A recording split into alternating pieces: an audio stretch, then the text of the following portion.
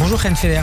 Bonjour Steve. Et merci d'avoir accepté notre invitation. Vous êtes le porte-parole de l'ambassade d'Israël à Paris. Israël a donc revendiqué l'élimination hier du chef militaire du Hezbollah, Fouad Choker, hier à Beyrouth. C'est la conséquence directe de l'attaque qui a tué 12 enfants samedi à Majd al-Shams, où Fouad Choker était sur la liste des cibles depuis longtemps de l'armée israélienne.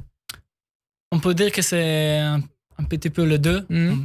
Collaboration de deux raisons. Et hier, c'était vraiment une réaction de cette attaque terrible à Majd al-Shams avec 12 enfants tués. Et même hier, il y avait un autre citoyen israélien qui a été tué par Hezbollah. Maintenant, on a 13 civils tués juste dans les derniers 2 jours. Et c'était nécessaire de terminer avec ces attaques et réagir avec force contre cet auteur de cette attaque. Vous dites terminer ces attaques, vous considérez que le Hezbollah pourrait à présent ne pas riposter et mettre un terme à ces attaques permanentes depuis le 7 octobre contre Israël ? Regardez, nous sommes dans une situation qu'il y a une réaction de chaque action. Mais en même temps, dans un niveau diplomatique, je peux vous dire qu'on essaie vraiment d'éviter une guerre avec le Liban. Et il n'y a pas vraiment volonté de notre part de cibler les Libanais. Est-ce qu'on a fait un pas de plus malgré tout vers cette guerre totale contre le Hezbollah et peut-être ses alliés ? Vous pouvez répéter ? Est-ce qu'on a fait un pas avec cette opération contre le numéro 2 du Hezbollah ? Est-ce qu'on Israël a fait malgré tout un pas de plus vers la guerre ? J'espère que non. Et dans le niveau diplomatique, on essaie de continuer de parler avec tous les partis pour trouver une solution diplomatique, pour trouver un schéma pour décision 1701. Il a l'air de plus en plus étroit, ce chemin diplomatique. Tout à fait.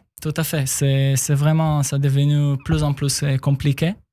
Mais ici en France et même aux États-Unis, il y a des efforts d'éviter cette guerre.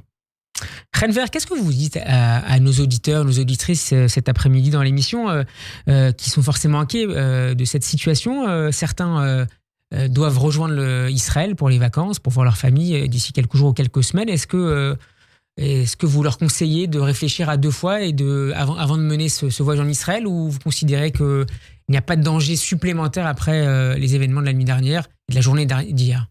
Pour le moment, il n'y a pas un danger supplémentaire et tous les ordres, les conseils d'État sont les mêmes. Et je pense que c'est un autre signe que le gouvernement essaye de faire, de montrer qu'on veut continuer et pas entrer dans une guerre totale. Alors, c'est vraiment mon conseil pour le moment. Mais on doit voir comment ça va développer parce que tout peut changer très vite. Très vite, oui.